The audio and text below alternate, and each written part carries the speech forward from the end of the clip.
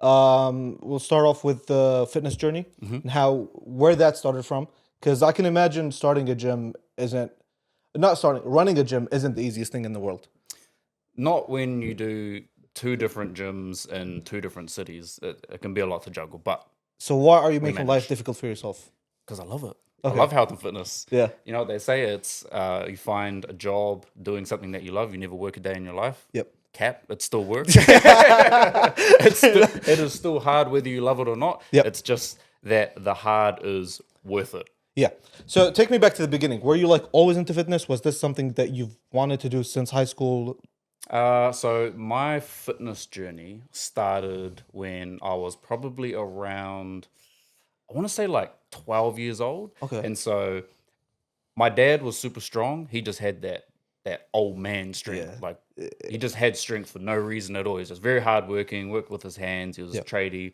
And then I had my older brother, my oldest brother, because I got two brothers, and he was always jacked, super strong. Yeah. And so he was the one who originally got me into working out. Yeah. Like dad was strong, but he was just man strong. He didn't go to the gym. Yeah. And my older brother got me into training by showing me his jail workouts. so I grew up on straight prison workouts. Okay. Bro teaching What me does how that look like? What's a prison workout? just body weight stuff. Oh, okay, fair, so fair. I remember when I first started, like little 12-year-old me, I was a little string bean. I had Yeah. no muscle whatsoever. And so I used to do these home workouts, and it would be like 50 push-ups, normal, and then I'd put my feet up on the bed, so it was like an incline push-up, Yeah. and then I'd do diamond push-ups because that at the time I thought was like middle chest, and then I used to do handstand push-ups too Yeah. because my brother got me into that, and what else? Like all these ab workouts. The bro gave me one dumbbell, and I used to load that thing up as heavy as it could go, and Yeah. I just alternate each arm, and I just repeat. And so eventually, I just got into the gym. But that's where it all started. Prison workouts, Yeah. believe it or not. Prison workouts. Look at you now. Not in prison. They That's come up good. not in prison. No. And so, like, in terms of career-wise, was this something that you've always wanted to do, run a gym, or did you just want anything to do with fitness and you just didn't know what that looked like?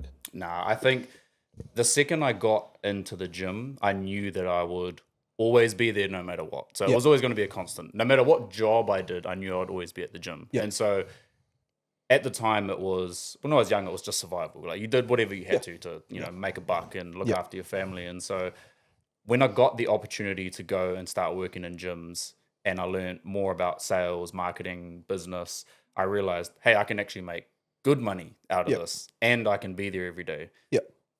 Fair.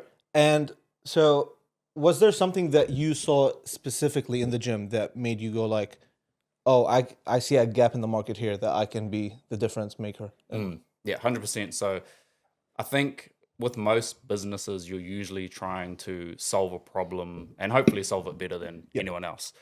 And I very quickly realized that 99% of people who walk into the gym, they don't know what to do. And the funny thing is that most gyms don't fix that. Yeah. It's like, oh, I don't know what to do. Cool. Here's a key tag to come and use equipment that you don't know how to use. And then anyone who's done this for long enough, we know that nutrition is a massive part of it. You can never out-train a bad diet. Tell me about it. And so what I decided to do, and this was, you know, over a few years, sort of trying different things, is we decided to bring that help into the gym and just include it with the membership. And so there's definitely a gap in the market where my gyms, we offer coaching, full coaching with the memberships. You compare us to another gym, there is no comparison because they just don't do it. Or you have to pay, and you got to pay usually a decent amount of money.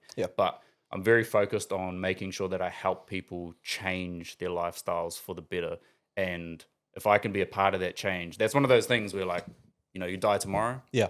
If you helped a bunch of people, You're happy. you're happy. Yeah. Now I imagine like starting out, it's not all sunshine and rainbows and roses and all that. It's obviously it's far from perfect. As with anything that you start, was there a specific moment that when you started, you were like, when shit really hit the fan, you were like, oh shit, and or like something was such a wake up call that you were like, oh, I didn't know what I was signing up myself for. I don't know. It's hard for me, man, because I'm very much like I love being thrown in the deep end. So that moment you're talking about, I don't really go, oh shit, like what was I signing myself up for?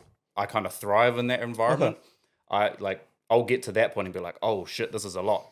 Because Yeah, that means yeah, that normally this is where people stop or this is where people give up. yeah, And so I'm like, this is my opportunity to do more. But I think anyone who runs a business will know this, is that it never stops. Yep. Those moments are constant. Yep.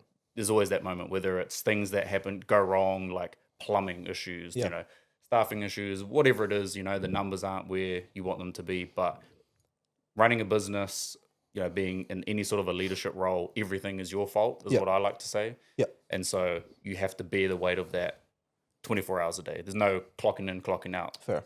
Yeah.